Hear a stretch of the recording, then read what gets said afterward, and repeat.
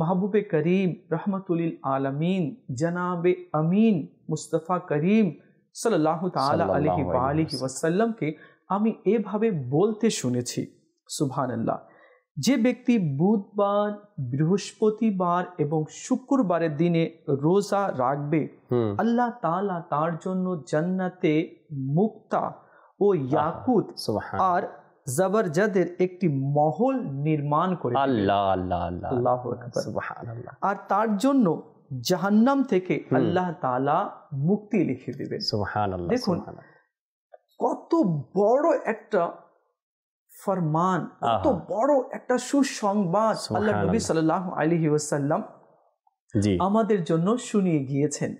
যে ব্যক্তি বুধ, বৃহস্পতি, শুক্রবারের দিনে রোজা রাখবে, আল্লাহ তাআলা তাকে জান্নাতে ইয়াকুতের মহল এবং জবরজদের মহল আল্লাহ তাআলা তৈরি করে দেবেন। আচ্ছা, মহল তো আল্লাহ তাআলা দান করবেন, তার সাথে সাথে আল্লাহ তাআলা সেই ব্যক্তিকে জাহান্নাম থেকেও মুক্ত করে দিবেন, লিখে দিবেন।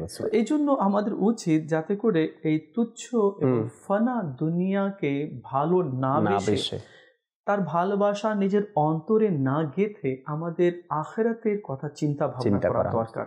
তো যারা এরকম করবে সে উপকৃত হবে। তো যাই হোক, আমরা আলোচনা করছিলাম বুধবার, বৃহস্পতিবার এবং শুক্রবারে যে ব্যক্তি রোজা রাখবে তার জন্য আল্লাহ তাআলা জান্নাতে রেখেছে, আর যে নিয়মিতভাবে রাখবে আল্লাহ তাআলা তাকে জাহান্নাম থেকে মুক্ত লিখে দিবে।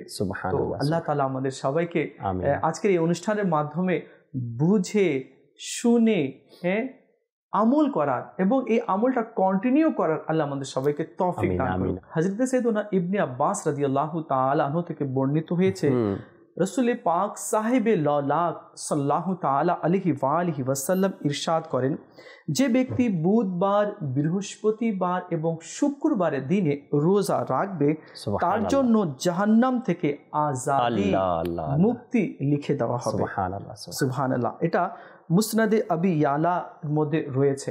দেখুন, বুধ, বৃহস্পতি, শুক্রবারের দিনে যদি আমি রোজা রাখতে সক্ষম হয়ে যাই এবং এটা আমার যদি কন্টিনিউ যদি এটা আমার আমলের মধ্যে যদি চলে আসে, তো এটা আল্লাহর পক্ষ থেকে ইনাম আছে কি আমি আমার এই বান্দাকে জাহান্নামে দিব না। সুবহানাল্লাহ।